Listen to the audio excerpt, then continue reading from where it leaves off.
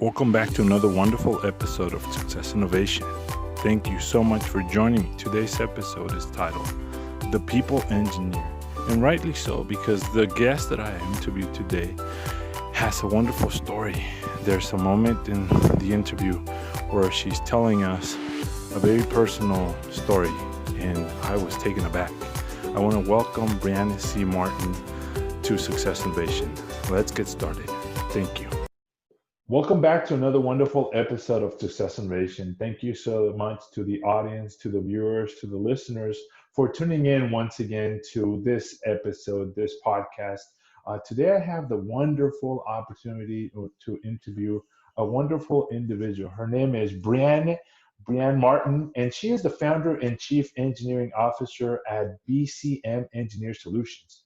She is very involved in SHIP, leading Hispanics in STEM, with various leadership roles at local, regional, and national levels. She also has a fantastic podcast called The People Engineer, where she continuously puts out content pertinent to real life experiences and various topics. Welcome, Brianne Martin. Welcome to Success Innovation. How are you this day? Wonderful. Thank you for having me. I'm Yeah. enjoying the beautiful weather. I feel like it's very much a dichotomy of being grateful for what we do have, but a very hard time that we're currently, going through. So, just being grateful for the opportunities and the positive things that we can be grateful for. Correct. Yes. And you're saying being grateful for what we have and what we currently are able to do. And for those that are listening, a couple years from now, it might be kind of irrelevant if you listen to it. But we're currently still in a pandemic in 2020. So that's what I think Brianne is referring to. So with that introduction and welcome, can you kind of tell us about who you are, early beginnings, elementary school, middle school, and high school, all the way up to where you're currently at? And Sure. So I yeah, tend to get long-winded because yeah, like I grew up very fast. So, mhm, I'll try to kind of keep it shorter in segments. yeah, But essentially, I grew up in a small town, about 70,000 roughly growing up of South Texas. So that's kind of an hour south of Houston, Texas. It's actually like a crossroads in between Corpus, Houston, San Antonio, Austin. And it was a very kind of politically charged, kind of racist town. Um, the city was very kind of divided. Growing up, we had two different high schools, so people of color went to one high school. The white citizens went to another, and so I kind of just grew up. That's kind of how the way with the world worked. Um, being a single, my mom being a single mother. I'm the oldest of three. So we were not super poor. Like we weren't ever. I guess to meet my experience, I never thought we were poor, but we certainly didn't have a lot of the great um, newest things, best, top of the line tennis shoes or anything. But, my mom always made sure that we did not go without. We all, participated in sports. And so my mom did a really great job of, making sure that she raised us to be very independent as a single mom. She wanted to make sure we could always take care of ourselves, look out for each other. But again, being in kind of that politically charged place, it was, I'd kind of get snide remarks about me not having a dad or about me being Hispanic. So I would always be called a Mexican.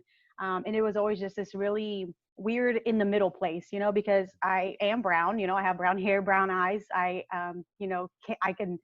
can speak Spanish. I guess I understand it more than I can speak it. But my family also did that to try to protect me. mm, And so it was always this weird thing where, again, I was kind of in the middle. And I never really felt like I belonged to either one because I had, Mexican American friends, but I'm fourth generation Tejana. And so it's stuff like that where I just I never really fit the mold. mm, And as I continued to grow up, I got sexually molested as a child by a father figure. Like I said, not having my dad caused a lot of emotional trauma. A different stepdad of mine actually, physically abused us to some point. So again, having to grow up fast, like a lot of things were minuscule to me, whereas growing up, I didn't really feel like I had girlfriends because, just the normal catty kind of girl stuff when they're growing up in preteens.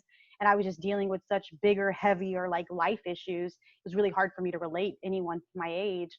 And so I guess kind of shoot forward. I was always really interested in like, math and science and very curious, just being able to like explain the world around me, like why are trees green and why is the sky blue? And again, I'm so grateful my mom raised me to really just stay inquisitive and to be curious. And she would say, I don't know, like, let's figure that out. Or even if she did, like, so I was always encouraged to just ask questions, to kind of push the limit, to really challenge myself, to go after my big dreams. I remember sitting at the kitchen table with my momo, who was my mom's mom, and my mom, and being like, well, I want to be a doctor. I want to help people.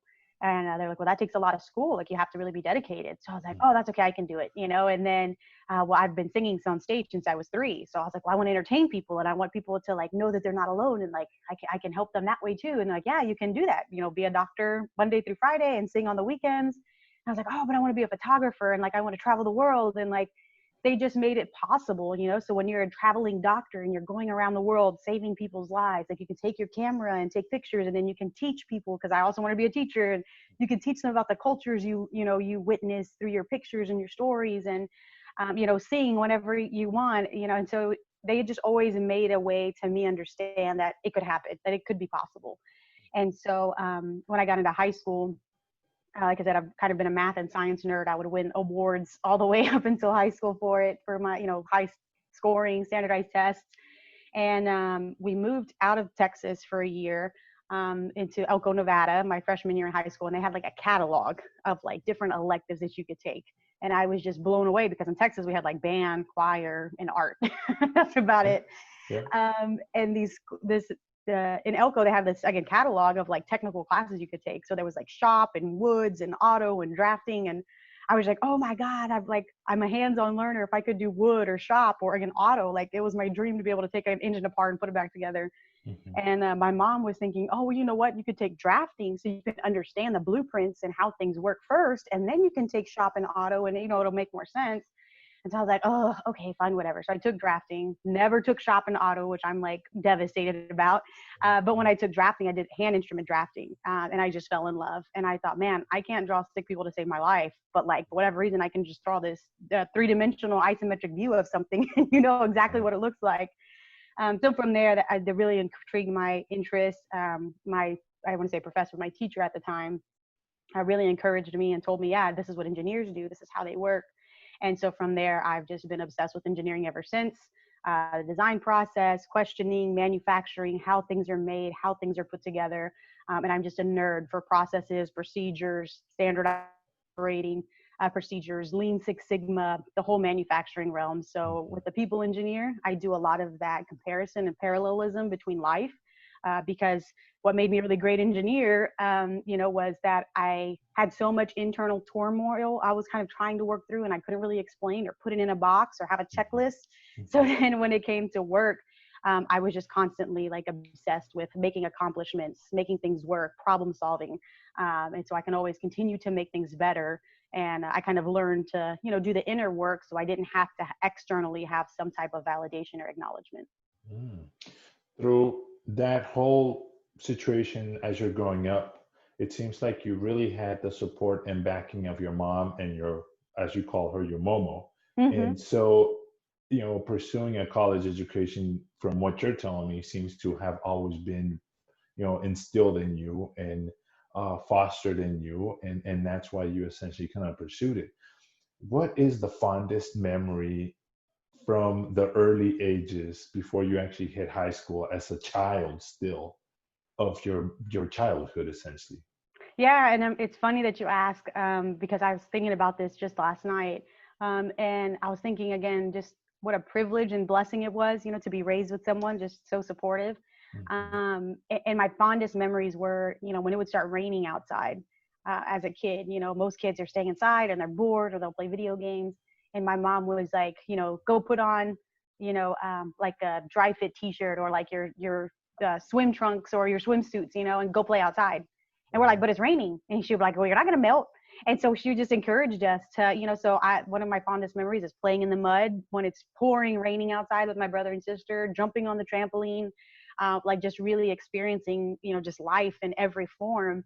And so even now, like when it's raining, like I'll, grab a book, I'll just, anything, I'll just go sit outside in the rain, because it just fills me with joy, and just to witness, and not be afraid, but like know the power and strength that it has but it just feels so like refreshing and cleansing to me. And so as a child, like I said, getting dirty, getting my hands into stuff, just feeling free to break and experience and observe the world around me is my fondest memories. Right. No, and I think you bring up a good point because I did the same thing when I was a kid. I'd go outside and just it was essentially a huge slip and slide, and you run and just slide on your stomach or your butt and just go for a long haul. Yeah. And yeah, and it was so cool because you'd see the water rushing and it creates this little crevices and canyons, and you kind of just hop in and hop out. And it was Yeah. really interesting, and that was an interesting childhood. Those Hmm. memories are really sticking in everybody's mind that experienced them. And I think part of it, a lot of child or children now are not really experiencing that because a lot of parents are too overprotective to a certain degree. So Yeah. you got to let them experience some of that, going outside and being one with nature to a certain degree. So you go Hmm. into high school and you go into this technical high school when you move out of Texas. Yep. And you said you moved out for 1 year and you came back. You came back to Texas, right? Yes. So how was that when you actually experienced the drafting class and you're coming back to Texas and they don't have that? What do you do? So like I said, I've been singing on stage since I was 3. Mhm. So choir was a given. It's obviously very different being a solo performer, a musician, and then going into choir. So I was kind of like, whatever. It's kind of the easy thing. So I did feel that sense of longing, right? Like I said, I wanted to be hands-on, shop, that kind of stuff. But at the time, I really started kind of struggling with school. So in the end, I ended up attending 3 different high schools, which, I immediately put adaptability on my resume as soon as I understood what it meant. Mhm. Right. But it was really hard because we had a lot of family stuff going on. So as I had mentioned, I had, been sexually molested. And so a big part of why we moved back was, I guess custody with my brother and sister. The man that had, molested me ended up going into prison around the same time that my grandma got sick. So it was just kind of this, again, just whirlwind of gaga happening around us. And so we're Mhm. like, we need to go back home, make sure things are right. And so at this time I was a sophomore. So there's a lot more kind of worry and stress and kind of just life happening. And so then school kind of started becoming a really hard thing for me. Part of it was because I learned, again, very hands-on. And whereas our school system isn't really set up for different types of learning, sit in your chair, get information thrown at you, and like spit it back out, right? Mhm. So it was really a struggle for me. I'm a lot of the concepts are there, but like the application and again the way that I learn was really not there. So it became an extra step for me in high school, as well as I started kind of projecting and having, I guess, like outward experiences as to like my internal kind of pain and suffering and kind of hurt. So especially as, again, kind of a teenager at this point, now learning to deal with hormones and like, my purpose, and starting to ask all these like just really deep, meaningful questions about who I was and what I wanted my future to look like, having that really, just traumatic past really just kind of started boiling up around the same time. So it was a very much a struggle. So without having to be that kind of outlet, I think that definitely would have been helpful. But I really kind of dove into my sports. My mom, again, she always knew that college was supposed to be the thing we did. So Mhm. she would make sure, study hard, get the best grades you can, really, again, just enjoy your time being a kid, make yourself well-rounded. Again, we were really big into sports, particularly with me, my brother and sister.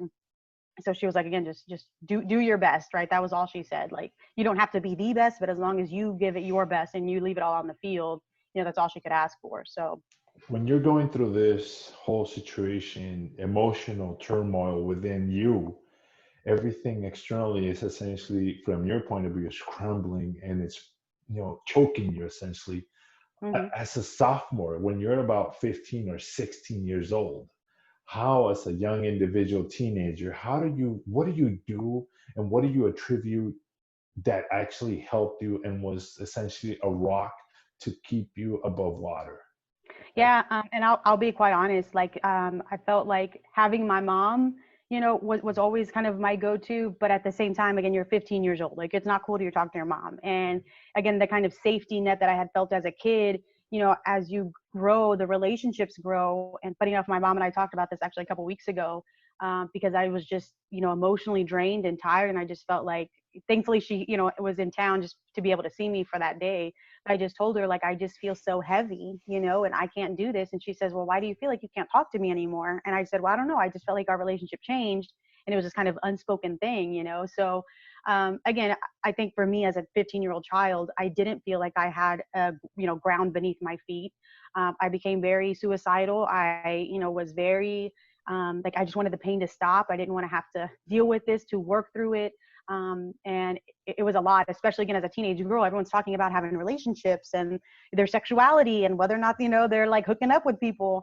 And because of my history, I grew up, through the church, was being very religious. And so I was, damned, like, I am not tarnished goods. I know there's a purpose and someone that's going to love me and take care of me. So like, I'm going to stay celibate. And, and so even like making those decisions for myself, again, at 15 years old, and having, again, kind of growing up faster than everyone else around me, was really, really hard. I definitely felt alone. And I feel like, loneliness is definitely not something we talk about, even as adults, much less as children. So it was very much a mental struggle, a just, societal, experiential struggle of, having so much question around my worth.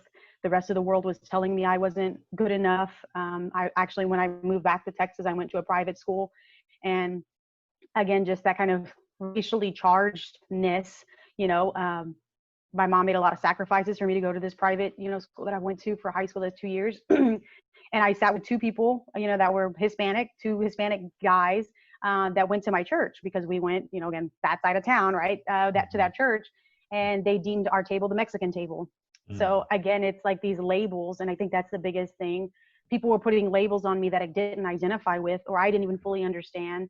And so it was kind of this society, my community, trying to train me to fit into a crevice that again, that mold that was 150% not who I am, not who I wanted to be, not my potential. So everything was just this constant turmoil. It just felt like an internal tornado. So I don't think that I had anything grounded or to pull me back. And I'm very grateful. My mom, I've always said, if there's anyone you want to talk to, just let me know. And so at the beginning of my junior year, I started seeing a therapist. Shout out to CASA, right? So it was just kind of a counselor at the time, but she would come to my school and meet with me once a week. We'd kind of go through workbooks, really just kind of start doing an audit of my feelings, what was going on. And I started realizing I started having bipolar symptoms, right? Of just like kind of my hormones and mood swings and just kind of coming unhinged. And so the more that I could start realizing, oh, I'm not alone, like this is normal, kind of you're responding in a way that your body and, emotions and your mind is trying to make sense of it. So again, that's a long answer, but it wasn't no. And to pull me back. this is interesting, and this is very important, because there's a lot of individuals that are going through emotional hardships, and culturally, at least, or society deems emotional and mental health as a taboo. We don't really talk too much about it. And so, because we don't really talk too much about it, there's a lot of young individuals, and not just young individuals, but individuals that are having emotional and mental situations that they don't really know how to tackle, how to approach, or even how to even bring it to the table to take the first step and talk about it, because they either one will think that they're crazy, or they're just not worth dealing with, or that there's something completely wrong with them. So those individuals kind of shy away from that. So you kind of move forward, and then you end up becoming a student over at Marquette University, and then you go into Texas A&M at Corpus Christi. How did that happen from high school to those universities? Yeah. So, again, I kind of knew from the beginning, like, I don't want to live here. I don't want to grow up around these people. And I knew I wanted to become an engineer. So, when I attended actually Harker Heights, which was my third high school, is in the Killeen, Fort Hood area. And even that was like a social shock to me. And I tell that story because I think that was the whole, like, there's no reason to stay in Texas. There's nothing holding me back.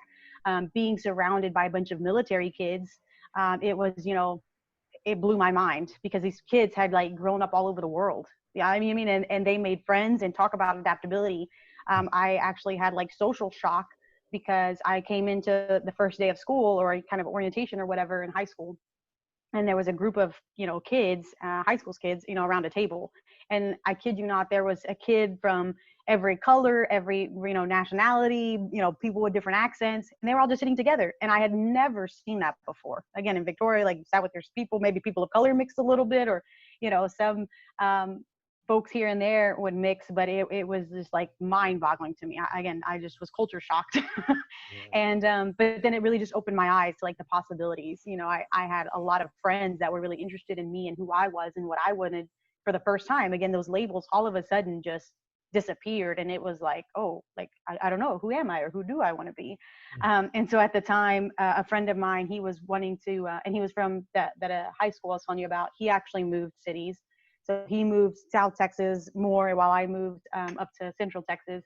And we were like, oh, let's just see like what colleges have both of ours. So at the time we were using like College Board. And so he was looking for criminal justice. I was looking for mechanical engineering. And I was like, well, I don't want to go to a big school. I want to see like where else outside of Texas. And so we started kind of filtering down just different options. And then there was like private schools. And so it like listed top 5 private schools, and then top 5, again, like public schools that kind of fell into the criteria we were kind of just playing around with. And Marquette was one of the top ones. And so I thought, oh, wow, that's pretty cool. Like, I'd never heard of it. I had never even, thought about Wisconsin or Milwaukee. And so just kind of going through their website and looking at pictures, and everyone just seemed so happy. And I didn't know it at the time, but it was a Jesuit school, which is essentially a liberal Catholic school. So really aligned with my upbringing and, again, who I was. Their slogan is "Be the Difference." So with Jesuits is all about service, all about like giving and multiplying what you have for others, and everything just resonated. So they had a recruiter that actually came to Dallas, which I now live. And so I drove up to see her probably like 5 or 6 hours. And she was just the sweetest, most loving, funny. I mean, just just a well-rounded, good person. And after I met her, I was like, oh my God, like if all the people in Wisconsin are like this, like I'm going to be set, So Okay. I had never visited the campus. My mom had a Baja Subaru at the time, so a little truck car, a 4-door El Camino. My family drove up with me. We made a little road trip of it, packed my car, took a bunch of stuff. Like I said, never visited the campus, and I moved in. And I lived on the all-girls engineering floor. So there were 3 engineering floors for students. I was one of 2 Hispanic women engineers. And there's only 4 girls of color on that floor. So it was pretty cool. It was a great time. I love the school. I love the people. I always say Marquette made me the person and engineer that I am today. But again, as I was mentioning, I kind of had this tornado of stuff happening internally, and it had just started to kind of boil over. And so it definitely came to full-fledged there at Marquette. I had my first serious relationship with, a guy that was my best friend, 3 years prior. And so we're like, we're going to make it work, long distance. That imploded. He was very manipulative, very controlling, very jealous. And so it was just very hard for me because he was kind of that rock and that, solid foundation I had. I had taken Calculus 1, did great. I love my classes, love my teachers. I took Calculus 2, and then that's kind of when stuff really started hitting the fan. And what happened is, in retrospect, I ended up taking Calculus 2 5 times. So I failed twice, withdrew twice, and then passed the 5th time. Was this all within 1 year, 2 years at Marquette? No. So I had to take it, every semester essentially. So I took the first time spring 2009, and then I took it again twice in 2010, and then took it again the 2 more times in 2011. Yeah, or however it goes, right? But so with all of that to say, like, I didn't pass it until I finally took it at Texas A&M Corpus Christi. But because I had taken it a couple of times and I had failed, and then I'd gotten a couple of D's in a couple of other classes. Again, it was just internal turmoil. Again, like I'm 1,000 miles away from home. Like I just had this massive breakup. Funny enough, my sophomore year, I drove home for spring break after this breakup with this dude. And I was like, I'm going to see my family. I love driving. Again, all the way there, totally safe. Picked up my mom and my sister to go to dinner as my celebration for being home. And a kid tried to commit suicide with my car. So like he jumped in the middle of the street. And I mean, like, thankfully I had my foot on the brakes and I had started slowing down. But his head went through my windshield and was like a foot away from my sister's face, So talk about just traumatic unrolling of events. So then I had to drive my mom's car back up and, try to finish out the semesters, and midterms were, a week later. So it has just kind of been this nonstop uphill battle. I did get put on academic probation my sophomore year. The fall of my junior year, second round of academic probation. So, Marquette asked me to kind of just leave the engineering program, leave the school in general. And they said, you can take regular classes and get your GPA back up. But at the time, again, I just felt like a failure. I felt like I didn't deserve it. Yeah. I felt like I didn't deserve to be there. I wasn't cut out for it. I wasn't good enough. So I punished myself. And it's weird because I knew, I was like, there's no other way. I have to be an engineer, and even with calculus, I remember I would call my mom crying, I just can't do this. I'm not smart enough. And she would she would kind of talk through with me logically. And she's like, if it takes you 10 years to be an engineer, what does that matter? It doesn't have to take you 4 years or 5 years. If that's what you want to do, or if you can't see yourself doing anything else, then figure out a way to make it happen. And so in that sense, I punished myself. I transferred, down to Texas.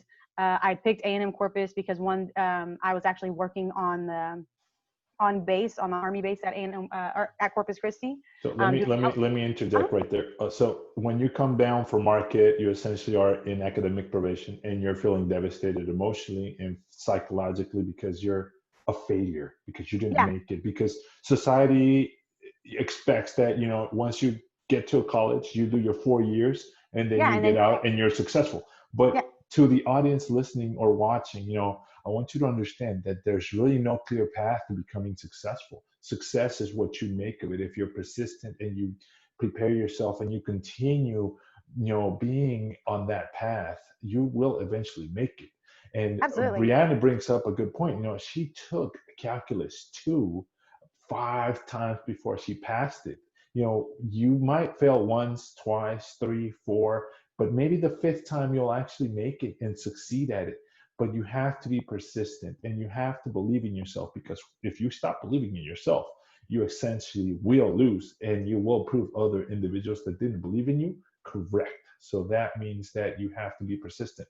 So when you come back and you're going through this whole situation, did you actually take any community college classes to raise up your GPA, or do you immediately apply to Texas A&M or Corpus Christi and then you move on? How does that happen?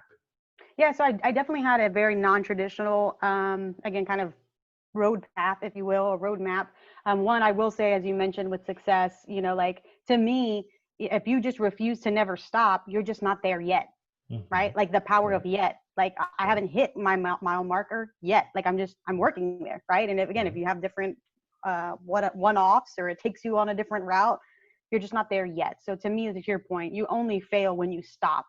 And you just kind of, accept defeat, essentially. Yes. So for me, again, like I was mentioning, I already knew that the way that the system is, that this education part, I'm not very good with concepts. I need to logically make sense. I need to pull a wrench to understand righty-tighty, lefty-loosey. I really need to do it with my hands. And so I had an internship since my freshman year. So at 19 years old, I was already working as an engineer. So again, my sophomore year, I worked for the Army doing helicopter repairs as an engineering technician, summer hire. Then I did it again my junior year. And so that was kind of where that transition happened, is I was already working in Corpus Christi for the Army that summer, made connections, great mentors. And the head or the director of the engineering department had said, hey, A&M Corpus, literally 5 minutes up the street, is going to start their mechanical engineering program. We would love for you to kind of be that link for us. So then when I got on academic probation, Marquette asked me to leave. I said, oh, well, this is kind of, again, a soft landing. I have a safe space. I have work. It's not brand new, right? So it was, again, kind of like a soft thing. So I just took communications, speech. I took government. I actually, funny enough, thanks to shout out to Dr. Krenz. I love that man to pieces, amazing educator. But he was the head of the math department at Marquette.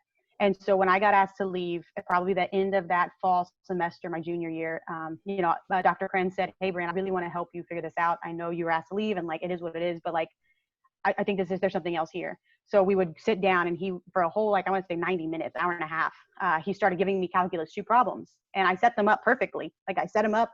And then when it got down to actually just doing the algebra, solving for X, right? Like a That's linear the linear problem was. equation. Right. That's what was my problem. It wasn't that I didn't get calculus 2, it was the algebra. Mm-hmm. And then if I go back, because I was an honors math student my whole life, 8th grade was when I told my mom about my stepdad molesting me, was when we went to court, was when my grandma got diagnosed with breast cancer. So again, how was that, like, algebra wasn't going to stick with me. You know what I mean? My world was imploding at, 13 years old. Mm-hmm. So Dr. Krenz really, again, just walked me through and said, Brianne, you really need to work on algebra. Do algebra problems in your spare time, take remedial college algebra, and you can always jump back in. And so when I transferred to Corpus, that's what I did. I definitely did take, English, psychology, sociology, some government classes. I took all of that online through community colleges, and even the semester before I even went off to school. So my senior summer, I took 2 classes there at a community college. So I probably enrolled, I want to say 3 or 4 different community colleges to kind of help pick up different classes and fill in the blanks as I did. And even after college, I took a class at the local UNT here in Denton because I was doing a lot of machine designing. And there was again, a lot of concepts I didn't really get. And I was like, I know I skimmed this through school, but like, I really want to make sure I understand this.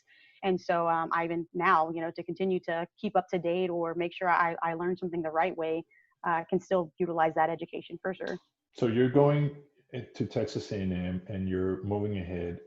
When did you exactly discover the organization called SHIP, Society of Hispanic Professional Engineers? Yeah, and this is I'm where assuming it wasn't at Marquette. I'm assuming well, it it's was funny in enough, Texas and A&M. it's crazy. Like I said, I feel like SHIP was always the fairy godmother, just kind of waiting in the back. Right. So when I was a freshman, they had tried to start the organization. And again, Marquette is a private university, not too many Hispanic engineers. I mean, there's already few in general, right? But and so one of the guys, I think he was I want to say junior or senior, but he wanted to start the group. And so I went to one of the meetings, and they were trying to kind of just get how many people were interested. He had his sister come, and his sister was the same age as me. So we kind of ran in the same circles, even though she wasn't an engineer. And he was trying to get it together, but we didn't get enough people. So I was introduced to it, didn't know what it was, but it kind of died down. Then when I moved back to Texas, again, it was probably end of my junior year. My best friend B, who was that other Latina engineer on the engineering floor with me, she went back to Colorado. And so again, 2 Latinas started 1,000 miles away from home pursuing engineering. We both ended up going back home. And SHIP actually hosted their like chapter leader boot camp, kind of onboarding leadership conference there at Denver at her school. So she was helping them put it together.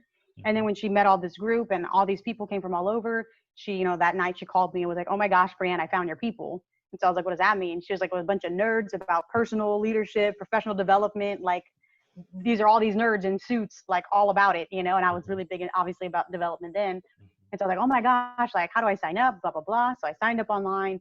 I obviously didn't belong to a chapter. And so at the time, there was nothing really there to support people that didn't belong to a chapter. So I paid and kind of nothing happened.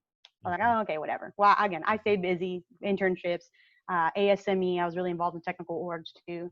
And so in the spring, I got an email, again, just kind of marketing emails about like, hey, we're going to have our conference in San Antonio. That was only 2 hours away.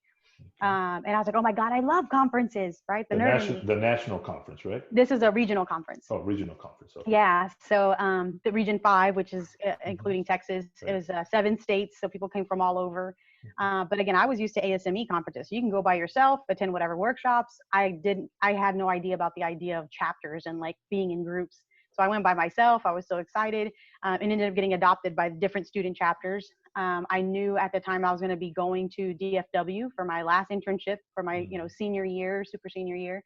And I met some DFW professionals there. So again, meeting people from Dallas, at the time there were 2, a married couple, Justa and Rudy Trevino.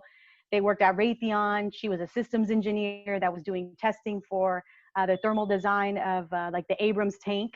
And he was a principal mechanical engineer. And I was like, oh my gosh, like, again, my padrinos, right? Like these people that I just could look up to, didn't know existed. And so I made a lot of connections there. And afterward, I kind of just drank the Kool-Aid. When I moved to Dallas, I joined them. And ever since, I've just kind of found my way into different roles. What's the biggest benefit that you've seen through the whole involvement of you being in SHIP has actually stuck out in your mind at this point? What do you mean, like my involvement?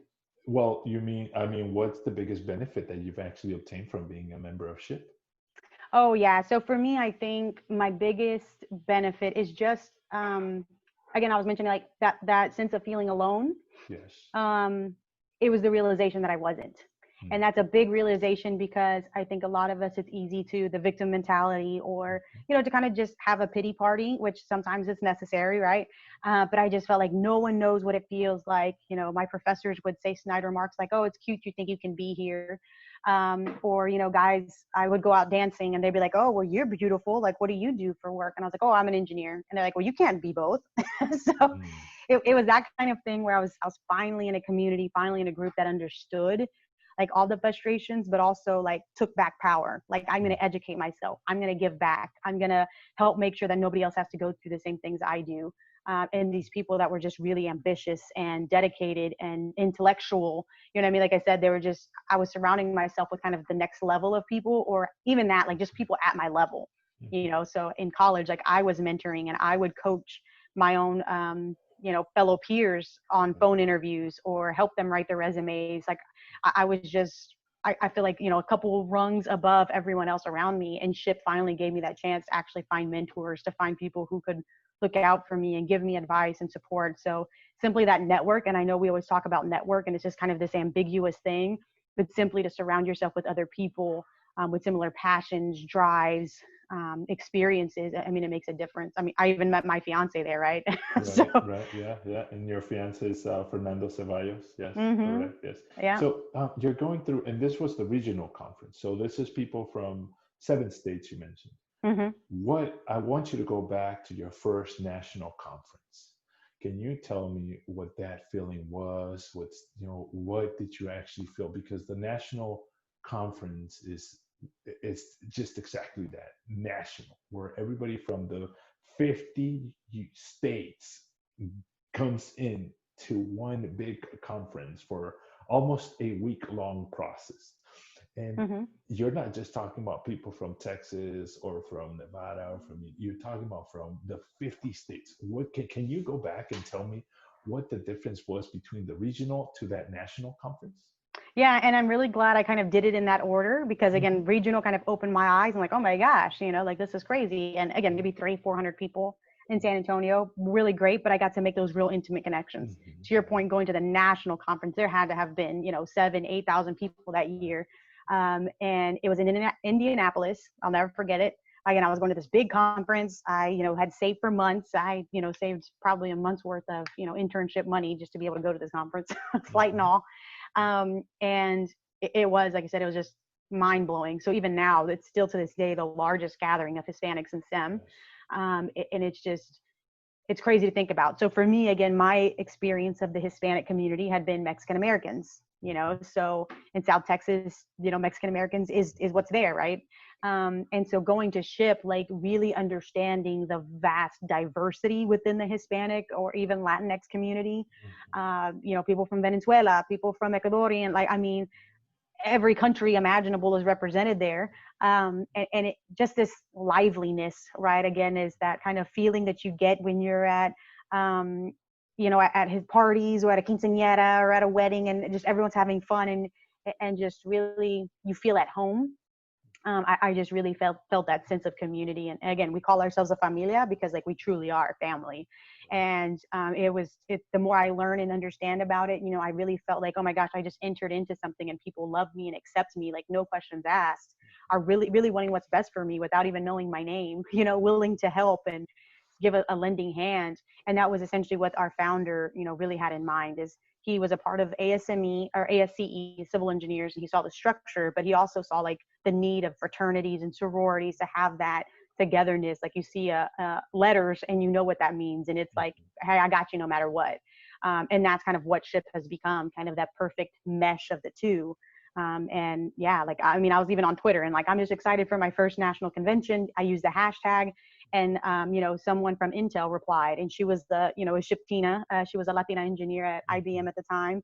And she was like, I'm so excited. Make sure you come to this, SHIP Tina, whatever luncheon. And I was like, oh my God, I'm so excited to see you there. She's like, feel free to stop by the booth.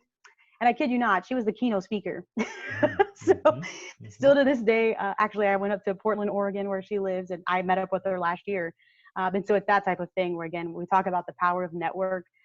But again, it just comes to life, especially in this massive in-person event with the SHIP Right. National Convention. Right. And then you graduate college finally. You Hmm. receive your degree in mechanical engineering, and then you decided to start BCM Engineered Solutions. But did you actually get, were you working? Did you actually have a full-time position before you started BCM? And how did you start BCM? What was the mindset and the drive behind you starting this BCM? Because I'm Yeah, for assuming sure. BCM stands for Brianne C, your middle name, Martin, right? Yep, absolutely. And even that, like, and kind of the naming and owning it, like that, this is me, this is who I am, this is what I have to Mhm. offer was a whole, I could have a whole nother conversation about that. But yeah, so I was mentioning, I had an internship, my first internship working for the city. My second internship, which was kind of year 2 and 3, was working for the Army doing helicopter repairs. Then I did design because I really thought I wanted to be a design engineer. So I did design for pressure vessels and systems. I did that for a year and a half while in school and then that summer. And then I worked for an international interiors, kind of a seats manufacturer for commercial airlines. And so I did that my last, again, internship, my super senior year. They offered me a full-time job right after college. So I, again, graduated Corpus, moved back to Dallas, and I was working for them. So I essentially created my own rotational program at this company because I had, again, thanks to SHIP, I had understood Rockwell had an rotational program. GE had a rotational program. P&G had a rotational program. And I was like, oh, how cool. Like you get to, learn different things and go to different places. So you have a better understanding when you get into your, big time or your big girl job. So Mhm, mhm. I started out as a tooling engineer as my first kind of, again, full-time gig. Then I was a liaison engineer. So I was supporting 7 different assembly lines. And then they really needed help with customer support. So aftermarket sales or designs or kits or modification kits, from the design side. And so I did that. And then with that, I actually learned that I was working with kind of aftermarket sales support group. And so they were asking all these questions and they'd say, oh, I want to go talk to the customers, and they get to travel the world and go to all kinds of different countries. And then they would come back and just have like a list of questions. And I was like, well, hell, I can travel the world. Like I can answer these questions. And so I started kind of advocating for myself and talking to the right people, and sat down with the VP of marketing and sales. And I said, like, you need me to go out there, right? Like I'm an engineer. I'm already doing all this stuff anyway. Like just cut the middleman, and like I can answer their questions while I'm walking their, aircraft. And so they're like, it's not a bad idea. Well, at the time, the guys, I guess, in that group were also fighting. Like, we need to actually make decisions, like we're just kind of the messengers. We want more authority. And so that role ended up transitioning into the customer account manager, which I was. So I oversaw Africa, Middle East, Southwest Asia, and India. And I got to travel to all these amazing countries. I oversaw like 119 international clients, again, specific airlines for their countries. And I say all of that to say I was like on top of the world at 25 years old. And then the company started doing layoffs. They had made a lot of bad financial decisions. I was a part of that layoff. And so my world kind of, was imploded yet again. At the time, Fernando and I had actually booked a trip to Spain a month later for my 27th birthday. Mhm. And I was on a train. And I just thought, okay, well, what do I want to do? Right? Like I'd already paid for this. I got a severance package, but like, what do I really want to do? And Mhm. when I started asking myself that, I said, every role that I've been in, I really enjoy hands-on processes, procedures. At the time, I had already started doing it for SHIP, free, just part-time for free to kind of help Mhm. chapters out, to help Mhm. members and individuals. And so I thought, man, if I could just do this full time, like just processes, procedures, audits, assessments, like quality controls, I would love that. And so Mhm. then I started kind of just getting into the Dallas entrepreneur community. I found a lot of businesses needed that. And then when I started listening and observing, a lot of the companies were having an issue with like, yeah, we have a great product, and yeah, we have, a good team, but like we can't scale. Like we just don't have the systems and procedures and policies in place to like, kick it up a notch. And so I thought, oh, how cool would that be if I can actually help small businesses, small, medium businesses really kind of just launch out. So that's kind of what I started BCM Engineered Solutions to be and do. And I absolutely love it. I want to go back to that layoff comment that you made, and I want Mm-hmm. to stress this because maybe somebody that's watching, that's a young individual, and they have a job, and all of a sudden they get laid off. Just that thought, we go once again to being humiliated to a certain degree, internalizing it because you're like, what did I do wrong? what could I have done better? Am I not good enough? And all those emotional turmoil feelings go through your mind, through your body, through your heart, and you become demoralized. Oh And yeah. you start feeling like, okay, what do I need to do? Once again, you're proving to us that if you're persistent, if you meditate on what you actually want to achieve and not sulk for a very long time, but moving forward, that will get you to success. We go back to the I'm not successful yet. I need to Yep. move forward and continue doing something. So as long, you started BCM off of that experience because you started networking, talking to people, communicating your ideas, listening to people, and making sure, okay, well, I have this spare time now where I can actually do Monday through Fridays, go to different meetings, make sure that I listen to people, see an opportunity, and try to come up with a solution. I think that's what you ended up doing. And I think that's where BCM Engineered came about. And, it's like, what has been the best, what's the most enjoyable part of that job that you're doing now? Yeah, so I think you said it great, perfectly earlier, and I just wanted to reiterate that. Yeah, one of my favorite quotes is, be sad for 5 minutes, and then you got to be gangster. you Right? know, like, Yeah. Right. like Yes. again, it's fine to be in your feelings, to feel sorry, and again, just well, right, like it's a lot to carry and hold on to. But again, like we can only do what we can do, right? And to me, I was raised, everything in life is a choice. So again, you can choose to stay sad, you can choose to, stay down and stay defeated, or try something totally different, right? So with that exactly what BCM Engineered is for, and exactly that mentality is, that's what I want people to think about. And Right. companies or businesses, they say, well, this is the way we've always done things, right? But you're making a choice, right? So you Right. can either choose to Exactly. get better, you can either choose to educate yourself. Like you have the power. All of us Yeah. do individually. And so with That's that, that's yeah. exactly that conversation that you're saying right there. It's exactly what I tell my wife every day, or when we talk about this sort of stuff. hmm I tell her, every day when we wake up, we have the choice of Yeah. being sad or being happy, regardless of whatever external situations are going around us. Because you might not have a job, but you can choose to be happy.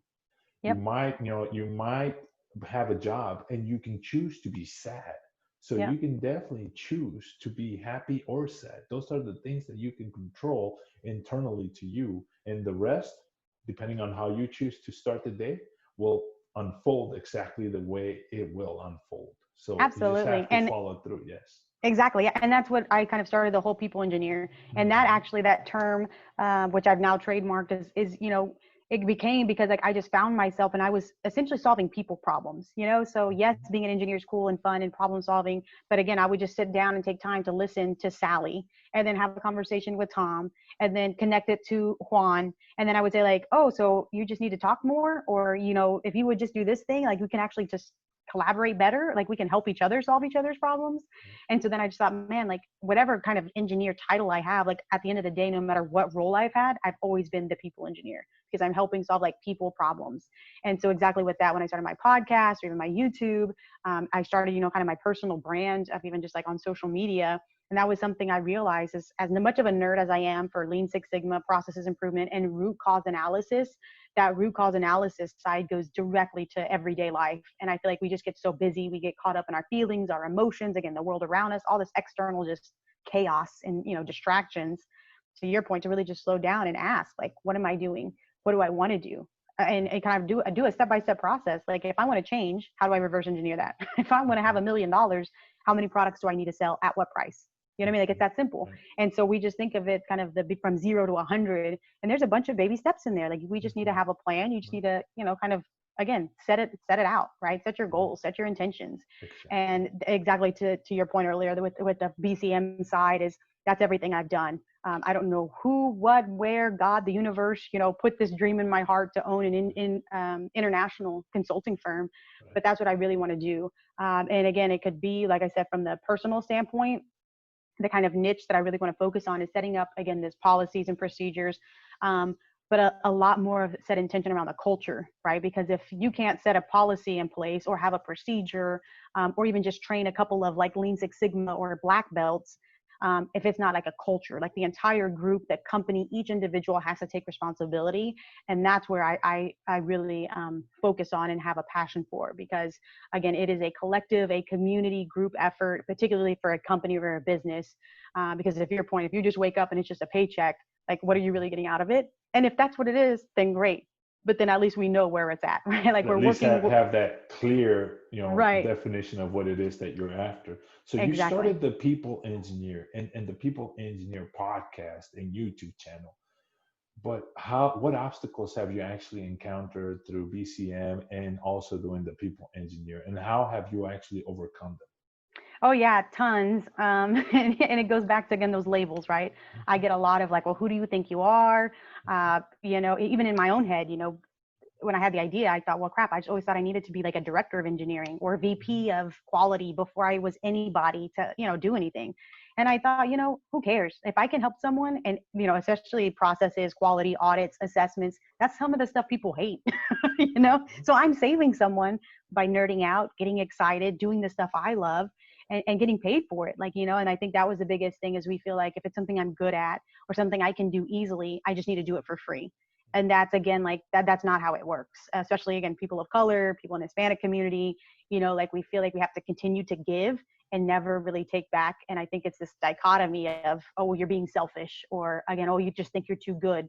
No, I have done a lot of work. I'm only 30 years old, but I've had 10 years of experience being an engineer, you know what I mean? Doing all of these processes that I enjoy, and I'm passionate about it.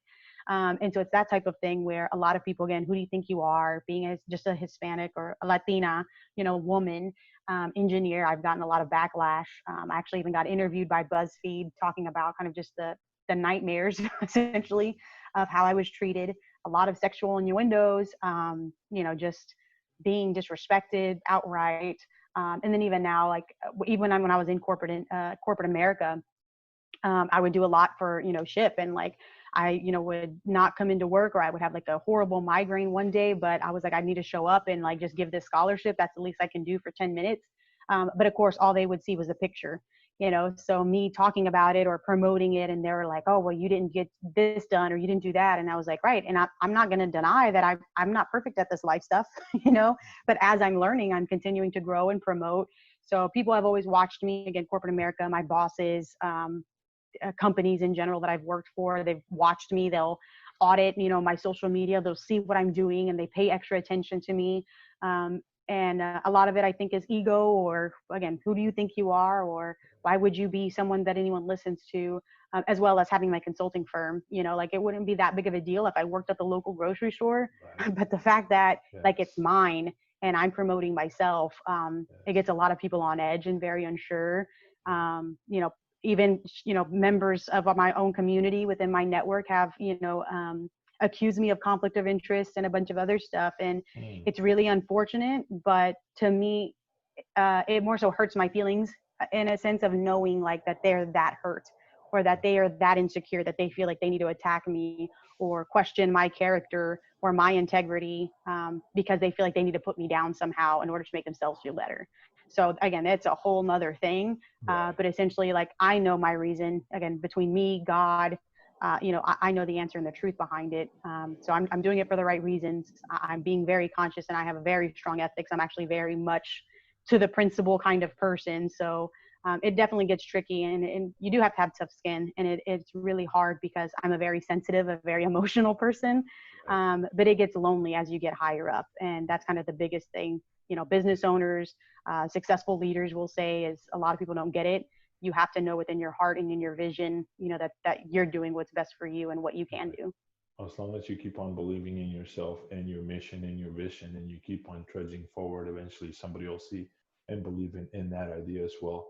You Hmm. mentioned something really key about, the industry being really focusing and scrutinizing whatever you do in your social media, whatever you talk about, whatever you put out.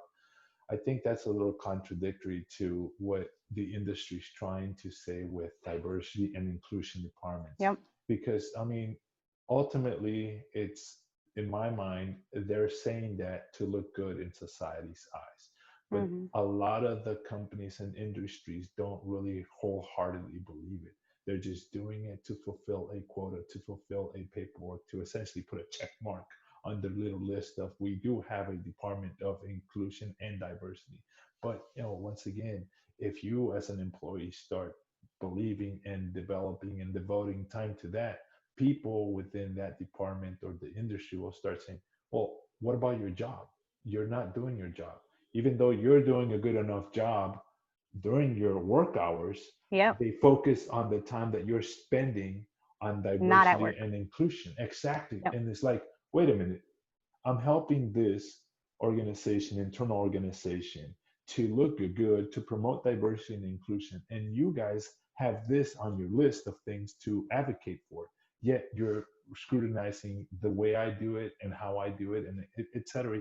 Exactly that. So it's a little contradictory, and that's why SHIP I think is good, and that leadership development skills that we learn off of SHIP and those conferences that we go to essentially give Hmm. us the personal internal power and belief on ourselves to go ahead and have that external network. And because we're all dispensable to corporations, so Yep. eventually when they say, somebody's got to go, and you end up being in that layoff pile, you can reach out to the ship familia and say, hey, this happened to me, is there any opportunity where I can obtain a job or help me somehow?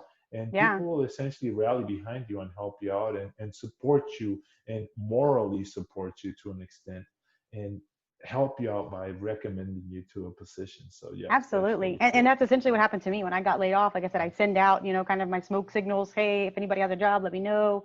I was applying and looking for jobs, and it was two individuals actually. One in Boston and one in Florida. And they had said, hey, Brianne, like, I know you're a nerd for like this engineering stuff that you were doing, particularly for, Lean Six Sigma and all this stuff. Like, I really think you should pursue like, being a consultant, like even just a freelancer. Mhm. And so I was like, well, I don't even know like how to do that. Like, how you mean? So having, several conversations with them. So again, shout out to Axel and Francesca, Mhm. that they really just walked me through that. And they were like, hey, I don't know all the answers, but this is how I started my firm, or this is how I started my consulting business.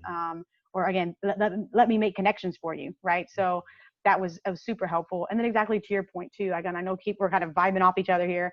But that diversity and inclusion part is certainly true. And I think, again, it's not even as much as to like make them look good, but like the same that we're doing that internal work, it is work. Like, it takes energy, and you're not going to get it right the first time, and you're Mhm. going to do some things wrong, a lot of times. And I think like the companies think, oh, well, that's too hard, or that takes too much money, or it's too much of an investment. So that's why, again, particularly even in my business, we can help you get better, but it has to be a culture shift. Like, it has to be change management focused, because it's not just going to be a band-aid. Like, there's a bigger thing here. And if you're going to like shift your boat, like, it's going to be a hard turn, and it's going to take time and effort and energy. Like, and you have to keep that momentum going. And so I totally agree with the diversity, inclusion, and even equity. Like, that's another part of the conversation to be had, of making sure that we make that available. And again, it's going to have hard conversations. You're going to have to hear things you didn't want to hear. Some things are going to be politically incorrect. Some, you have to have maybe softer, more sensitive conversations too. So there's no right answer. Like anything in life, it's very messy. It's not, cut dry, black and white. And so I think, again, it's a lot of hard work to go through. And so I do give kudos to the companies and again, corporate America, or the groups that are doing that effort. And I certainly know SHIP is doing it, but even that, we can improve within ourselves. Right. The conversations that we have, the content that we're doing, the way we go about things, so we all have room for improvement. And I think we all need to give ourselves a little more grace. Right. No, correct. No, thank you for all that. Those comments. Those are really good things to consider. So Brianne Martin, you have developed BCM engineering, and you are doing really good stuff with SHIP. But where do you see yourself going within the next 5 years? Or how do you see yourself continuing forward? What's the next step for Brianne at this point? Yeah, so I will say I have a lot of big dreams, big goals.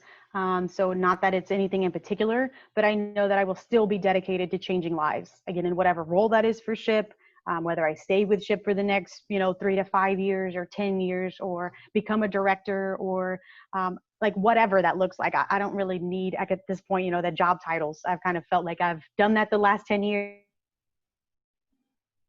corporate, and in reality, like whatever role or position that I feel either fits me, supports me and what I'm doing. With BCM Engineered Solutions, I'm really excited because because of the ramp up, a lot of the companies have kind of put at a standstill. And so I've been able to help them, especially my international clients, of like, hey, Brianne, like I really want to launch this. And this time actually gives me time to do that. I was kind of too busy doing all the things. And so now I have time to actually plan. And, I could use your help. I could use your services of, again, assessing and getting a plan together. So it's been really great. I'm very grateful. Again, I feel like I'm blessed to have the privilege and opportunity for COVID to have served in the way that it has, as a kind of restart, as a refresh, with my podcast, even personally, like I did a silent retreat a couple of weeks ago, like just in my house, being able to eat better and work out more, getting a better, healthier routine, like the kind of, oh, COVID's here, go take a walk every day. Like I should have been doing that anyway. I work from home. So I just see it as one, taking better care of myself. So then that way I can do better by others. And then I'm really excited, particularly with SHIP and other organizations, especially like the Latinx and STEM community, of starting more partnerships and collaborations. So a lot of that has been happening, again, through my podcast, through conversations, through like even cute little fun social media challenges. So bringing us all together and kind of creating that community sense at a much larger scale. Great. So good leaders always create good leaders. Do you have any individuals you actually look up to? Who are your mentors? Oh, it's a great question. I would say, again, the first kind of two or three that come to mind, like I was mentioning, is Rudy and Justa. They're like, again, my padrinos. They sponsored my SHIP lifetime membership. And they're very much like my personal mentors, as well as like just people that I know, or again, my kind of extended family. Fernando Rosario has been an amazing mentor, and I know he's mentored so many of us, throughout the SHIP familia, but he's really dedicated time and energy and kind of held me accountable, so he'll hold my feet to the fire if or when I slip, or he'll say, Brianne, like you're chasing something shiny again. so him being that, again, accountability for me. He's been a very, I would say, like soft safety net for me to fall to, but also like the hard, kind of mirror that I face at times too. So he's been a wonderful mentor.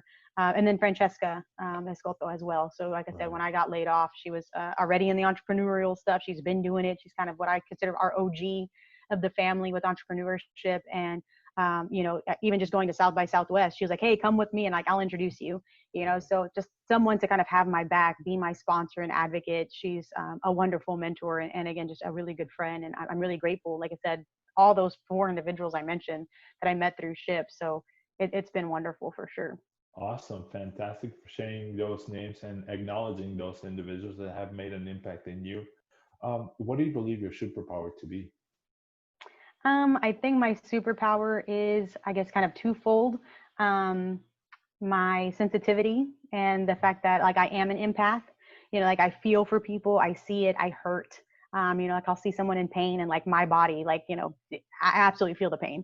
I see someone heartbroken or, just having a hard time, and like I feel heartbroken for them, like with them. So I always used to feel similarly with like the superpowers, and they're like, oh my God, I'm breaking stuff, I'm too strong, until they learn how to, get it to be a use and utilize it for them. That's how I felt. Like I was always like, I'm so sensitive. I'm too much of a free spirit. Like I feel too much. Why can't I just like pay attention to what matters? Whereas I feel like that is something that I give. Like not everyone can do that. Not everyone can relate to people, or, just really be there and listen and genuinely come from a place of love and understanding for people. So I certainly think, again, that kind of sensitivity and empathy for people is really my superpower. Awesome. Sensitivity and empathy for people. Those are really interesting and very useful superpowers there. Do you have any particular book, movie, or podcast that you believe has made an impact in your life and you wish more individuals would actually take advantage of them to make their life a little easier and better?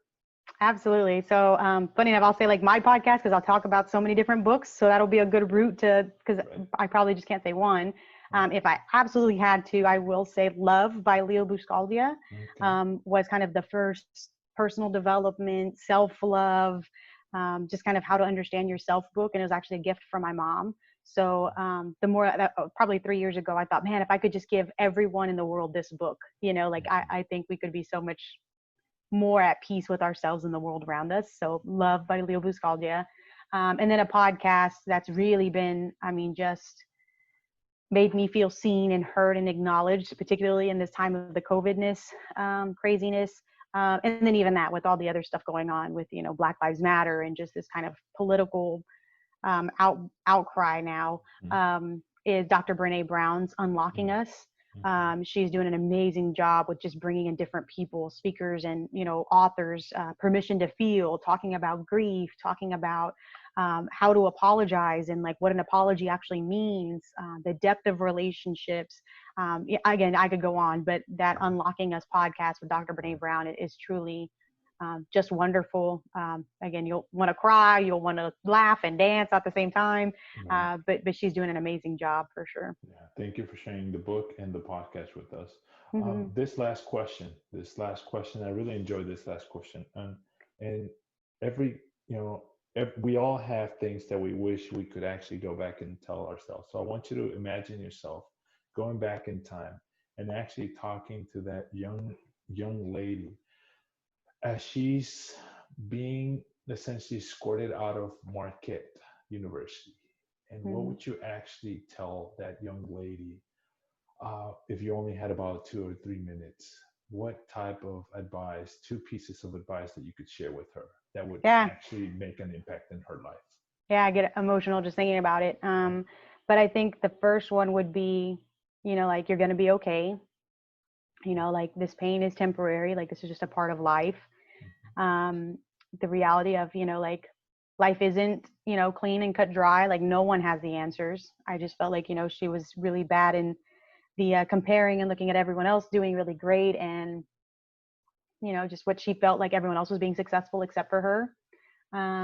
So yeah, I think I'd tell her, like, you're doing great. And again, like, fight on, keep going. We're going to be so proud of ourselves. You just wait and see.